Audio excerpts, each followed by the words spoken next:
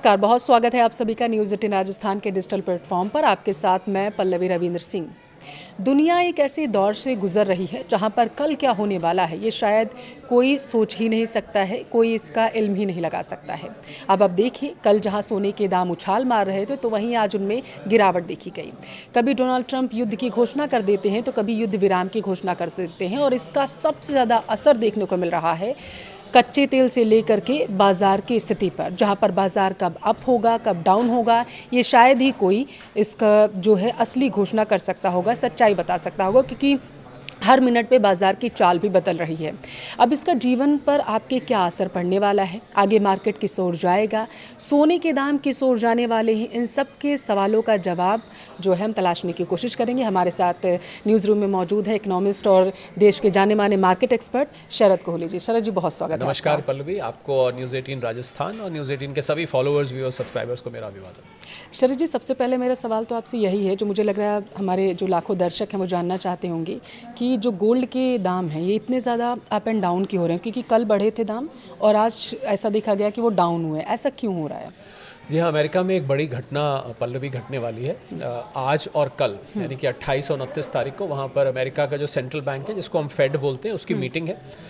और गोल्ड और सिल्वर के दाम बहुत रिएक्ट करते हैं जब फेड इंटरेस्ट रेट्स बढ़ाने, घटाने या बराबर रखने की घोषणा करता है। बराबर रखने की घोषणा करता है तब भी बढ़ते हैं, क्योंकि उनकी जो आगे की कमेंट्री होती है, यानी कि इस बार तो नहीं बढ़ाए पर आगे जो जब बताते हैं कि सितंबर में, दिसंबर में शायद बढ़ने की उम्मीद है, तो इसको लेकर अटकलें लगाई जा रही हैं। उस वजह से बहुत तेज उतार चढ़ा हुआ है, पहला कारण। दूसरा कारण ये रहा पल्लवी के क्या होता है कि अमेरिका में जो कॉमेक्स है, जिसको हम कमोडिटी एक्सचेंज कहते हैं, जहाँ पर सोना और चांदी पेपर फॉर्म में ट्रेड किया जाता है, उसका महीने में एक दिन कॉन्ट्रैक्ट एक्सपायरी का दिन होता है। ओके। वो दिन भी 29 तारीख का है, तो उससे पहले सोने में काफ़ी उतार चढ़ाव हो जाता है। और कल जो खास हमें गिरने को देखा हमने, जो नीचे आया करीब $50-60 नीचे आया, उसका एक कारण बड़ा अजीबोगरीब था।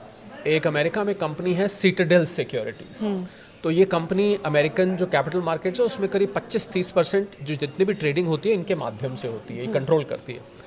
इन्होंने एक ये कमेंट दे दिया कि भाई अब तो फेड को रेट बढ़ा देने चाहिए क्योंकि महंगाई बढ़ रही है। तो इनके ऐसे कमेंट सुनने से सारे वहाँ के जो ट्रेडर्स हैं उनमें हड़कंप मच गया। और आपको ये बताऊं कि सोने में तेज़ी करने वालों का एक ग्रुप है अमेरिका में और एक मंदी करने वालों का है। और जो दर्शक नहीं जानते उनको बता दूं कि आप सोने में मंदी करके भी कमा सकते हैं। वो क्या करते हैं, पहले बेच देते हैं फिर खरीद लेते हैं, इसको हम शॉर्ट सेलिंग कहते हैं। तो वो जो मंदी करने वाले थे उन्होंने भारी कॉन्ट्रैक्ट, इस कमेंट को सिटाडेल सिक्योरिटी क्योंकि बहुत बड़ा प्लेयर है, इसको सुनकर उन्होंने भारी मात्रा में सेल के कॉन्ट्रैक्ट्स खड़े किए, जिसकी वजह से थोड़ी सी करेक्शन आई। पर मुझे लगता है आज और कल, यानी कि मंगलवार, बुधवार और बृहस्पतिवार, बल्कि मंगलवार और बुधवार ही मैं कहूँगा, ये 2 दिन सोने में काफ़ी आपको हलचल देखने को मिल सकती है। उसके बाद आगे जैसे आपने कहा, राष्ट्रपति ट्रंप के जो निर्णय हैं, जिसकी वजह से क्रूड ऑयल, अमेरिका की डॉलर इंडेक्स, बॉन्ड यील्ड, ये उतार चढ़ाव, सोना इस पर रिएक्ट कर रहा है। तो क्या वही वजह है कि मार्केट में इस वक्त चर्चा बहुत ज़ोर से हो रही है कि ये जो आने वाला सप्ताह है ये सिल्वर और गोल्ड के प्राइसेस के लिए बेहद ही महत्वपूर्ण माना जा रहा है, जो आपने 29 तारीख का जिक्र किया? जी हाँ, बिल्कुल, क्योंकि जब फेड की मीटिंग खत्म होगी, बुधवार शाम होगी वहाँ पर, भारत में उस समय बृहस्पतिवार की लेट नाइट, सुबह का समय होगा या बुधवार की लेट नाइट होगी। तो मुझे लगता है कि जब बृहस्पतिवार हम सुबह उठेंगे तो काफ़ी आपको हलचल वहाँ पर सुनाई देने को मिलेगी, देखने को मिलेगी। या तो उतरेंगे या चढ़ेंगे, ये डिपेंड करेगा इस समय। केविन वॉश पल्लवी, जो कि फेड के चेयरपर्सन हैं, उन्होंने, मुझे नहीं लगता कि रेट बढ़ाए जाएंगे या घटाए जाएंगे, मुझे लग रहा है कि रेट जस के तस रखे जाएंगे। पर ज़्यादा ज़रूरी, जैसा मैंने कहा, होगा कि कमेंट्री आगे की कैसी है, यानी कि आगे की, उसको आउटलुक बोलते हैं वो, कि भाई सितंबर में जब मीटिंग होगी तो उसमें बढ़ाएंगे या दिसंबर में बढ़ाएंगे या फिर 2027 के पहले क्वार्टर में बढ़ाई जाएगी। इसके आधार पर ये जो शॉर्ट सेलिंग वाले होते हैं या लॉन्ग करने वाले होते हैं, जो पेपर कॉन्ट्रैक्ट करते हैं, इसके आधार पर ये लोग भारी मात्रा में बाइंग और सेलिंग पेपर फॉर्म में कर देते हैं, जिसकी वजह से सोने चांदी की कीमतें प्रभावित होती हैं। ओके, अब थोड़ा सा आपने डोनाल्ड ट्रंप का जिक्र किया तो उन्हीं की बात कर लेते हैं। आपको क्या लग रहा है कि डोनाल्ड ट्रंप की आगे की रणनीति क्या रही है, जिसकी वजह से उन्होंने पहले युद्ध विराम की घोषणा की, फिर उसके बाद हमले करना शुरू कर दिए और फिर से उन्होंने कहा कि नहीं, अभी उनका बयान आया कि नहीं, हमले अभी थोड़े से हमें रुक के करने चाहिए। हालांकि इसके पीछे डोनाल्ड ट्रंप कहते हैं कि मैं ये नहीं चाहता हूँ कि विश्व में मंदी आ जाए, जो विश्व है पूरा वो आर्थिक अस्थिरता से ना गुजरे, इस वजह से मैं फैसला ले रहा हूँ, लेकिन आप उनकी अगर मैं बोलूँ रणनीति क्या है, अगर आप उसे दर्शकों को बताना चाहिए, क्या सोच रहे हो, सोच क्या आखिर उनकी? देखिए, मंदी में तो वो ज़्यादातर विश्व को ऑलरेडी ले जा चुके हैं। और अगर मैं यूरोप के जो अपने आप को विकसित कहते हैं देश, उनकी बात करूं, अमेरिका स्वयं की बात करूं, वो स्वीकार करे ना करे, पर जैसे बुखार में आपका शरीर गर्म हो जाता है, सिर दर्द होता है, भूख नहीं लग रही होती, खड़ा नहीं हुआ जाता, बदन टूट रहा होता है, तो वो व्यक्ति अगर अपने आप को थर्मोमीटर ना लगाने दे तो वो अलग बात है, पर आप इन सब बातों से पता लगा लेंगे कि इसको बुखार है। तो हम लोग तो क्योंकि इकोनॉमी को एनालाइज करते हैं, उसको देख के हमने आइडिया लगाया कि इस समय विकसित ज़्यादातर दुनिया का देश वो ऑलरेडी मंदी में है। अब जो ये रणनीति है जो डोनाल्ड ट्रंप ने पिछले 3-4 दिन से युद्ध रोका है, इसके 2-3 कारण हैं। पहला कारण है कि क्रूड ऑयल की कीमत, पल्लवी आपने नोट किया होगा, जब $100 के आसपास जाती है तो वो डर जाते हैं और वो युद्ध को रोक देते हैं, क्योंकि उनको लगता है $100 कीमत उनके अपने देश में महंगाई को बढ़ाएगी, और जिसकी वजह से नवंबर में जो इलेक्शन आने वाले हैं, मिड टर्म पोल है, उसमें उनके चांसेस रिपब्लिकन्स के घट जाएंगे। एक पहली वजह। दूसरी वजह जो मुझे लगता है ये रही कि भू राजनीतिक स्तर पर, जियो पॉलिटिकल स्तर पर ऐसा लगा जैसे चाइना और रशिया की ईरान के इस युद्ध में कहीं एंट्री की आहट सुनाई दे रही थी। क्योंकि यूक्रेन ने एक ईरान की शिप पर परसों हमला किया, उसमें एक भारतीय भी था, और वो हमला ईरान और यूक्रेन के बीच में, आप सोचिए ईरान यूक्रेन का तो कोई, वहाँ रशिया यूक्रेन का चल रहा है, इधर इनका चल रहा है, क्योंकि यूक्रेन को ऐसा लगा कि ईरान और रशिया के बीच में कुछ मिलिट्री इक्विपमेंट का आदान प्रदान किया जा रहा है। तो उन्होंने, तो राष्ट्रपति ट्रंप को ये भी लगा कि ये तो मामला जो है यहाँ पर, और तीसरा कारण इलेक्शंस हैं, क्योंकि ज़्यादातर जो उनका जो सेनेट है, जो उनका पार्लियामेंट है जिसको कांग्रेस बोलते हैं, उसमें वो अब उतनी आसानी से कोई भी बात मनवा नहीं पा रहे हैं। जो वोट होते हैं, अभी वोट हुआ सेनेट में, एक 214/208 से वो वोट हार गए। ये वोट इसलिए था कि युद्ध को चलते रहना देना चाहिए कि रोक देना चाहिए। हालांकि प्रेसिडेंट के पास वीटो पावर होती है, हारने के बाद भी वो युद्ध करते रह सकते हैं। तो मुझे लग रहा है 2-3 कारणों से ऐसा लग रहा है वो फंस गए हैं। अब अगर युद्ध आगे बढ़ाते हैं तो भारी नुकसान होता है। आपको ये पता होगा उनकी बहुत सारी missiles, Tomahawk missiles, THAAD missiles, Patriot missiles, इनका जो जखीरा है वो आधे से भी कम रह गया है। तो ये तो ऐसे में अमेरिका के लिए खतरे की बात है कि जो इंटरसेप्टर मिसाइल इनको बोलते हैं, जो ये वो मिसाइल होती है जो ईरान से आने वाले हमले को रोकती है, तो बहुत स्पीड से ख़त्म हुई हैं। ये भी इनके जो एडमिरल हैं, सेंटकॉम के चीफ, उनका नाम ब्रैड कूपर है, उन्होंने इस बात को कहा कि आप ज़रा सा धीरे हो जाइए क्योंकि हमारी मिसाइल्स तेज़ी से समाप्त हो रही हैं। ये भी एक वजह रही। और आगे बढ़ते हैं तो मुसीबत है, पीछे हटते हैं तो इनकी साख दाव पे लग जाती है। तो मुझे लग रहा है स्ट्रैटेजी अभी कुछ नहीं है, अब तो ये बीच में आके फंस गए हैं। आपने क्योंकि स्ट्रैटेजी की बात की, तो अभी एक रिपोर्ट भी सामने आई थी जिसमें दावा किया गया, जैसे अभी मिड टर्म इलेक्शन की आपने बात की, डोनाल्ड ट्रंप की साख पे बट्टा तो लगा है, उनकी साख गिरी तो है, क्योंकि अमेरिका में भी लोग अब ये बोलने लगे हैं कि कुछ फैसले उनके जरिए लिए गए जो सही नहीं है। आपको क्या लगता है वो 3 ऐसे कौन से महत्वपूर्ण फैसले थे जिसकी वजह से विश्व में तो उनकी साख गिरी ही गिरी, दूसरी तरफ वो अपनी जनता का भी भरोसा खो बैठे हैं? वैसे तो लिस्ट बहुत लंबी है, आपने तो बहुत आसान सवाल पूछा कि 3 वो कौन से हैं, मैं गिनवाऊं तो इनकी तो फेहरिस्त बहुत। मुझे लग रहा है सबसे पहला फैसला टैरिफ का था, जो इन्होंने टैरिफ लगाए, क्योंकि टैरिफ, इसको लोग समझेंगे कि टैरिफ अपने ही ऊपर लगाए, क्योंकि टैरिफ किसको देना होता है? जो इम्पोर्ट करता है। तो अमेरिका के जो इम्पोर्टर्स थे उन्होंने, उनके लिए माल महंगा हो गया, तो उनके लिए माल महंगा होने का मतलब है कि जो अमेरिकी कंज्यूमर है, उपभोक्ता है, उसके लिए माल महंगा हो गया। पहला फैसला वो था, अभी भी वो चल रहा है, ऐसा नहीं हुआ कि टैरिफ खत्म हो गया, अभी भी टैरिफ, युद्ध के बीच में भी टैरिफ लगा रहे हैं। दूसरा फैसला युद्ध का था। मुझे लगता है युद्ध, ज़्यादातर अमेरिकन इस युद्ध को सपोर्ट नहीं करते हैं, और ये बार बार वोटिंग में और वहाँ लोगों से जब बातचीत करिए उसमें ये बात सामने आ रही है। और तीसरा मुझे लग रहा है जो महंगाई वहाँ पर बढ़ी है, टैरिफ को लेके, युद्ध को लेके, उससे भी लोग बहुत असंतुष्ट हैं। तो 3 कारण बन रहे हैं जिससे इनका मिड टर्म में जो इलेक्शन होना है। और मुझे तो एक और बड़ी हैरानी बात, आज मैंने सुबह इनको देखा किसी अंतर्राष्ट्रीय चैनल पे, इन्होंने एक टोपी पहनी हुई थी, उस पर 2028 लिखा हुआ था। तो आप इसका क्या मतलब समझते हैं? क्योंकि अमेरिकी संविधान के हिसाब से कोई भी व्यक्ति राष्ट्रपति 2 बार से ज़्यादा नहीं बन सकता। इसका मुझे जो अंदेशा लग रहा है कि ये कहीं संविधान को बदल के, और ये तीसरी बार, हालांकि इनकी उम्र उस समय शायद 82-83 के आसपास होगी, ये तीसरी बार राष्ट्रपति बनने का मुझे लग रहा है कुछ अपनी लाइन क्लियर कर रहे हैं। तो बहुत ही खतरनाक तरीके से मुझे लगता है कि पूरी दुनिया की अर्थव्यवस्था दांव पे लग गई है। और लोगों की जहाँ युद्ध चल रहे हैं वहाँ तो पल्लवी जाने जा रही हैं, जान माल का नुकसान हो रहा है, और बाकी की दुनिया की अर्थव्यवस्था पूरी तरह से अस्त व्यस्त इस समय हो चुकी है। ठीक है, अब रूस की बात कर लेते हैं, क्योंकि आपने अभी जिक्र की भी किया था। अगर चीन और रूस खुलकर ईरान के समर्थन में आ जाते हैं तो आपको क्या लगता है कि विश्व की अर्थव्यवस्था और वैश्विक जो राजनीति है किस ओर जाती हुई नजर आएगी आपको? देखिए, खुल के तो फिलहाल सामने नहीं आते लग रहे हैं, पर पीछे से ज़रूर उनका सपोर्ट हाथ कर है। रहे हैं। और सबसे बड़ा डर जो मुझे लग रहा है डोनाल्ड ट्रंप को लग रहा होगा इस समय, क्योंकि ईरान के पास ऐसी मिसाइल नहीं है पल्लवी जो कि अटलांटिक महासागर पार करके अमेरिकन भूमि पर हमला कर दे। उनकी ज़्यादा से मिसाइल 1000-1500 किलोमीटर तक मार करती हैं। अगर चीन और रशिया ने कोई ऐसी मिसाइल दे दी जो कि सीधी अमेरिका, एक तो उनको ये डर सता रहा है, और आपने जो सवाल पूछा है, चीन और रशिया खुल के सामने हो गए तो फिर तो ये विश्व युद्ध की आहट शुरू हो जाएगी। विश्व युद्ध आहट क्या, विश्व युद्ध शुरू ही हो जाएगा। तो जिस वर्ल्ड वॉर 3 की बार बार बात की जाती है, और पिछले कुछ सालों से जब से रशिया यूक्रेन का शुरू हुआ था तो ऐसा लग रहा था कि वर्ल्ड वॉर 3 की बुनियाद रख दी गई है।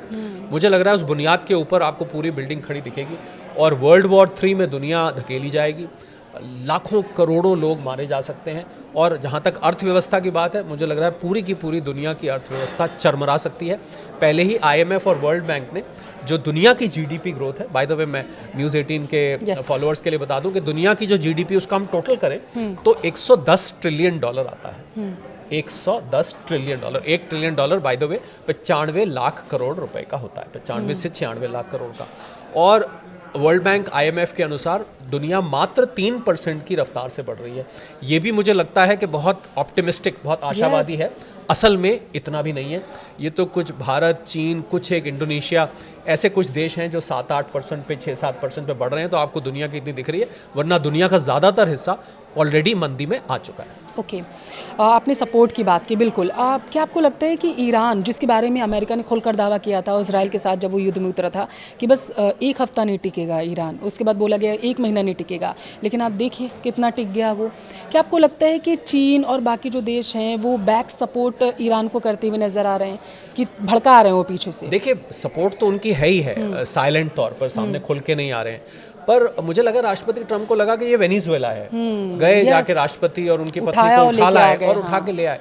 ईरान जो है बहुत बड़ा देश है पल्लवी, 9-10 करोड़ की आबादी है और बहुत फैला हुआ देश है, और ईरानी जो है बहुत पुरानी सभ्यता है, और ईरानियंस को उनकी जो डिटर्मिनेशन है, उनकी जो पूरी की पूरी रिजॉल्व है, उसको हराना इतना आसान नहीं था। और ये दिख ही रहा है, आप देखिए कि 5 महीने हो गए, आज हम 28 तारीख में हैं और 28 फरवरी को ये युद्ध शुरू हुआ था।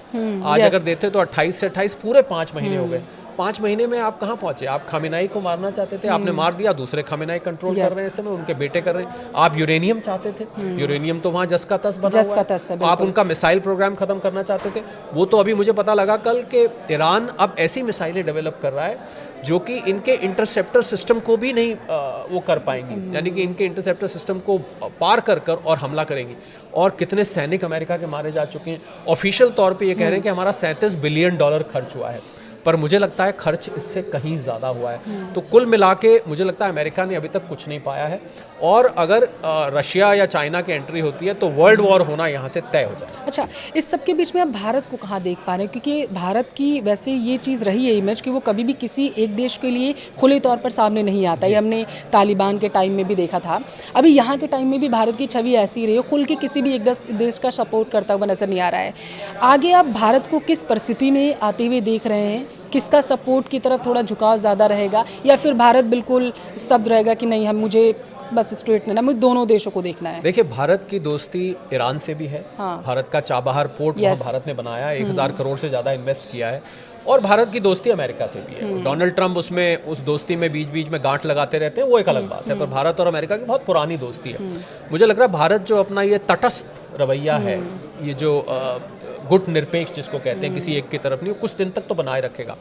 पर ऐसा मेरा एक जियोपॉलिटिकल आकलन कहता है, वैसे तो मैं अर्थशास्त्र पर ज़्यादा बोलता हूँ, पर अर्थशास्त्र को, एक जियो इकोनॉमिक्स को समझने के लिए पल्लवी जियो पॉलिटिक्स पहले समझनी पड़ती है। अगर आप जियो पॉलिटिक्स नहीं समझेंगे तो आप पूरी तरह से जियो इकोनॉमिक्स नहीं समझ सकते हैं। तो मेरा एक जियो पॉलिटिकल एनालिसिस ये कहता है कि अगर ये विश्व युद्ध छिड़ता है तो यहाँ से आपको भारत को कहीं ना कहीं इसमें इन्वॉल्व होना पड़ेगा, ना चाहते हुए भी इन्वॉल्व होना पड़ेगा। और हमारे तो पड़ोसी ऐसे हैं, पाकिस्तान है, चाइना है। चाइना का पे तो आप भरोसा नहीं कर सकते, पाकिस्तान के बारे में सब जानते हैं। बांग्लादेश भी बीच बीच में आपको पता लगा कि वो चाइना के तरफ अब हो गया है। तो मुझे लग रहा है भारत का जो पड़ोस है वो बहुत ही वॉलेटाइल है। तो इसलिए भारत को भी अगर ये विश्व युद्ध की आहट आती है, हो सकता है शुरू में भारत अपने आप को अलग रखे, पर जब विश्व युद्ध छिड़ता है, मैं आपको बता दूं, मैंने वर्ल्ड वॉर 2 और वर्ल्ड वॉर 1 की हिस्ट्री पूरी डिटेल में मैंने उसमें पढ़ी है। उससे ये ज्ञात होता है कि भारत को कभी ना कभी इसमें शामिल होना पड़ेगा। और जब होना पड़ेगा तो भारत की तो आबादी बहुत है, 140 करोड़ लोग हम हैं। तो मुझे लगा भारत की अर्थव्यवस्था पर, भारत के जान माल पर, भारत के उस पर बहुत असर होने वाला है। प्रार्थना तो यही करते हैं कि विश्व युद्ध 3 जिसकी हम बार बार बात कर रहे हैं वो ना हो, और मेरी सारी ये आकलन गलत हो जाए। 1 मिनट के लिए मैं ये ज़रूर कहना चाहूँगा। इस सब का असर आपको भारत की मैन्युफैक्चरिंग हब पर कितना पड़ता हुआ नज़र आ रहा है, खास करके अगर मैं भारत के मार्केट की बात करूँ? देखिए, शुरू में तो भारत को बहुत लाभ होगा, क्योंकि अगर विश्व युद्ध छिड़ता है तो दुनिया भर में जहाँ मैन्युफैक्चरिंग होती है वो डिस्टर्ब हो जाएगी। तो जो चीज़ भारत में बन रही होगी वो भारत में एकदम से डिमांड में ज़्यादा बढ़ जाएगी। और मुझे लगता है वहाँ से एक अवसर भी आएगा कि आप अगर कोई सप्लाई चेन टूट गई है तो भारत के जो उद्यमी हैं उनको आगे आकर वो चीज़ बनानी शुरू कर देनी चाहिए, जिससे कि आप उस गैप को भर सकें। पर अगर विश्व युद्ध छिड़ता है और भारत भी उसमें सम्मिलित होता है तो फिर तो पल्लवी सभी चीज़ों पर असर होगा। मैन्युफैक्चरिंग क्या, हर सर्विसेज क्या, हर चीज़ पर असर होगा। और हम ये ना भूलें कि इस समय भारत का बहुत बड़ा हिस्सा विश्व के साथ गुथा हुआ है। तो वो जो हिस्सा है, जैसे अभी हमने देखा ईरान अमेरिका युद्ध में, आपने देखा रुपए की कीमत कहाँ चली गई। हमारे विदेशी मुद्रा भंडार तेज़ी से खाली हो रहे हैं। हमारे जो बाहर भारतीय काम करते हैं उनमें सी फेयरर्स की मौत हो रही है, कुछ लोगों की नौकरी चली गई है, वो वापस आ रहे हैं। तो मुझे लग रहा है भारतीय जो विदेश में ट्रैवल करते हैं उन पर असर हो रहा है। तो भारत अछूता नहीं रह सकता, ये हमें सोचना होगा। अवसर भी होंगे और साथ साथ मुसीबतों का भी सामना करना पड़ेगा, ऐसा मुझे नज़र आता है अगर वर्ल्ड वॉर 3 की यहाँ से आहट और तेज़ होती है। आपने विदेशी मुद्रा भंडार की बात की, एक सवाल मेरा ये है कि अभी कुछ समय पहले पीएम मोदी का बयान आया था, उन्होंने कहा था कि हमें गोल्ड नहीं खरीदना, मतलब कम खरीदे, ज़रूरत के हिसाब से अब सारी चीज़ें करिए। और उन्होंने तेल को लेकर भी, पेट्रोल डीजल को लेकर के बात कही थी। और इसका मकसद ये था कि हमारा विदेशी मुद्रा भंडार मजबूत हो सके, हमें मतलब हमारा पैसा बाहर नहीं जाना चाहिए, ये पीएम मोदी की तरफ से कहा गया था। मैं चाहती हूँ कि आप मेरे दर्शकों को बताएं कि अगर हमारा विदेशी मुद्रा भंडार मजबूत रहता है तो हम कितने स्ट्रांग रहते हैं वहाँ पर। देखिए, विदेशी मुद्रा भंडार 2-3 चीज़ों से बनता है। एक तो उसमें मुख्यतः तो डॉलर होते हैं, इसके अलावा उसमें सोना होता है, गोल्ड जो देश के पास होता है वो भी उसी का हिस्सा माना जाता है। कुछ एक स्पेशल ड्राइंग राइट्स होती हैं IMF की, जो आप मजबूरी में, इमरजेंसी में निकाल सकते हैं, वो भी इसका हिस्सा माना जाता है। तो इसमें आपके सवाल के 2 जवाब हो सकते हैं। एक जवाब तो ये है कि जितना हमारे पास विदेशी मुद्रा भंडार ज़्यादा होगा, और इस समय भारत के पास लगभग 880 टन के आसपास गोल्ड है, और हमारा विदेशी मुद्रा भंडार 670 बिलियन डॉलर के बीच में इस समय है। जितना ज़्यादा होगा उतनी पोजीशन हमारी स्ट्रांग होगी। एक जवाब तो इसका ये है। दूसरा जवाब इसका पल्लवी बहुत इंटरेस्टिंग है, वो ये है कि हो सकता है कि आने वाले कुछ साल में डॉलर, जो अभी बादशाहत है डॉलर की जो दबदबा है, दादागिरी है, वो शायद ना रहे। तो अगर वो ना रही तो फिर तो आपका विदेशी मुद्रा भंडार सिर्फ गोल्ड ही गोल्ड बचेगा। क्योंकि फिर तो वो SDR की भी कोई कीमत नहीं होगी, वो भी डॉलर में होती है। इसीलिए आपको पता होगा कि चीन जो है, चाइना, बेतहाशा गोल्ड खरीदे जा रहा है। उसको ये पता लग गया है कि ये डॉलर आगे टिकेगा नहीं। और गोल्ड स्टैंडर्ड एक हुआ करता था 1971 से पहले, जिस देश के पास जितना ज़्यादा गोल्ड होगा उस देश की मुद्रा यानी करेंसी उतनी ही ज़्यादा स्ट्रांग होगी। तो ये कुछ समय तक तो डॉलर हमारे पास होना अच्छा है, पर जब ये डी-डॉलराइजेशन शुरू हुआ, यानी कि डॉलर की तरफ से दुनिया हटने लगी, उस वक्त मुझे लगता है गोल्ड जितना ज़्यादा होगा उतना फ़ायदेमंद है। ओके, मेरा लास्ट सवाल आपसे, क्योंकि अभी ये सोशल मीडिया पर तेज़ी से न्यूज़ वायरल हो रही है, देश में जल्द ही 10 और 20 के प्लास्टिक नोट्स आएंगे, ये मेरा लास्ट सवाल है। ये बताइए इसमें कितनी सच्चाई है, और आगे अगर ये होता है तो क्या फ़ायदा होगा या नुकसान? नहीं, बिल्कुल, ये तो इसमें कोई अफवाह नहीं है। ये तो क्योंकि रिजर्व बैंक ऑफ इंडिया ने इसके पॉलीमर के टेंडर्स निकाले हैं अंतर्राष्ट्रीय स्तर पर, और 10 और 20 के इसलिए पहले कर रहे हैं क्योंकि 10 और 20 के नोट ज़्यादा बार हाथ बदलते हैं, और 10 और 20 के नोट पल्लवी वियर आउट भी बहुत जल्दी हो जाते हैं। अभी जो एक नोट की लाइफ होती है, वैसे तो हर नोट अलग अलग राइट चलता है, पता नहीं कितने हाथ बदल के आया होता है, पर अगर माने आप बहुत जल्दी हाथ बढ़ाए तो 2.5-3 साल के अंदर वो नोट खराब हो जाता है, मैला हो जाता है, फट जाता है, कोई पानी में भीग जाता है, या बहुत मिट्टी लग जाती है, सॉइल्ड नोट जिसको कहते हैं। इस समस्या से समाधान के लिए प्लास्टिक नोट क्यों होता क्या है कि हर साल रिजर्व बैंक को प्रिंटिंग के लिए हज़ारों करोड़ रुपए खर्च करने पड़ते हैं। तो हालांकि प्लास्टिक के नोट को छपाना भी सस्ता नहीं है, वो महंगा है, पर कम से कम उस नोट की लाइफ इससे 2.5 से 5 गुना होगी। ओके। यानी कि अगर ये नोट 3-4 साल में ख़राब होते हैं तो वो आपको 8-10 साल चलते दिखेंगे। और हैरान मत होइएगा अगर ये नोट लोग धो के और तार पे सूखने भी डाल दें, क्योंकि इन नोटों को पानी का असर नहीं होगा। आप इसको लेके स्विमिंग पूल में जा सकते हैं, नहा सकते हैं, कपड़ों में रह गए, कई बार आपके नोट धुल जाते हैं कपड़ों में गलती से, तो कोई फर्क नहीं पड़ेगा, ये वैसे के वैसे रहेंगे। दूसरा, ये नोट सिक्योरिटी फीचर्स भी इसमें ज़्यादा होंगे। ओके। अभी जो कागज़ के नोट है उसमें काउंटरफीट करेंसी आपने देखा होगा पल्लवी, बहुत होती है, नकली नोट अक्सर मार्केट में दिखाई देते हैं, और जो अनवांटेड एलिमेंट्स हैं वो उसको छापते हैं। तो प्लास्टिक के नोट को डुप्लीकेट करना फ़िलहाल तो ऐसा नज़र आ रहा है, हालांकि जो शातिर दिमाग होते हैं वो कोई ना कोई काट ढूंढ लेते हैं, पर फिलहाल ऐसा लग रहा है कि प्लास्टिक के नोट में कुछ ऐसे फीचर्स डाले जाएंगे जो कि बहुत कठिन होंगे जिनको नकल मारना। मुझे इन नोटों के इस्तेमाल करने का मौका मिला है, भारत में नहीं, ऑस्ट्रेलिया में, कनाडा में, कुछ जगह ये नोट ऑलरेडी चलते हैं। मैंने भी जब पहली बार हाथ में लिया था तो बहुत चिकना सा होता है और अजीब सी फील आती है, आपको ऐसा लगता है आपने क्या पकड़ा हुआ है, पर अब भारतीयों को बहुत जल्दी देखने को मिलेंगे। मुझे लग रहा है कि अच्छा होगा। और लॉन्ग टर्म में रिजर्व बैंक ऑफ इंडिया की बचत होगी। हाँ, एटीएम की मशीन्स में कुछ बदलाव करने पड़ेंगे, क्योंकि एटीएम मशीन अभी कागज़ के नोट को सेंस करती है, तो उसमें भी बदलाव करने पड़ेंगे। अच्छा है, लंबा प्रोसेस है। हाँ, लोगों को मुझे लगता है आने वाले आपको 6 महीने साल में ये नोट हाथ में आने, आपके पर्स में दिखने शुरू हो जाएंगे। बहुत शुक्रिया आपका शरद जी। ये हमारे साथ शरद जी, इकोनॉमिक्स एक्सपर्ट और मार्केट एक्सपर्ट, कितनी आसानी से इन्होंने आप लोगों को बताया कि क्या देश दुनिया में आगे होने वाला है और किस तरीके से सोने चांदी के दाम सहित डोनाल्ड ट्रंप आगे क्या कर सकते हैं और उसका असर कितना भारतीय बाजार पर पड़ेगा, इसके बारे में उन्होंने बताया। मुझे उम्मीद है कि आपके सारे सवालों का जवाब इस पॉडकास्ट में आप लोगों को मिला होगा। इस चर्चा में शामिल होने के लिए आप सभी दर्शकों का बहुत बहुत शुक्रिया, धन्यवाद, नमस्कार।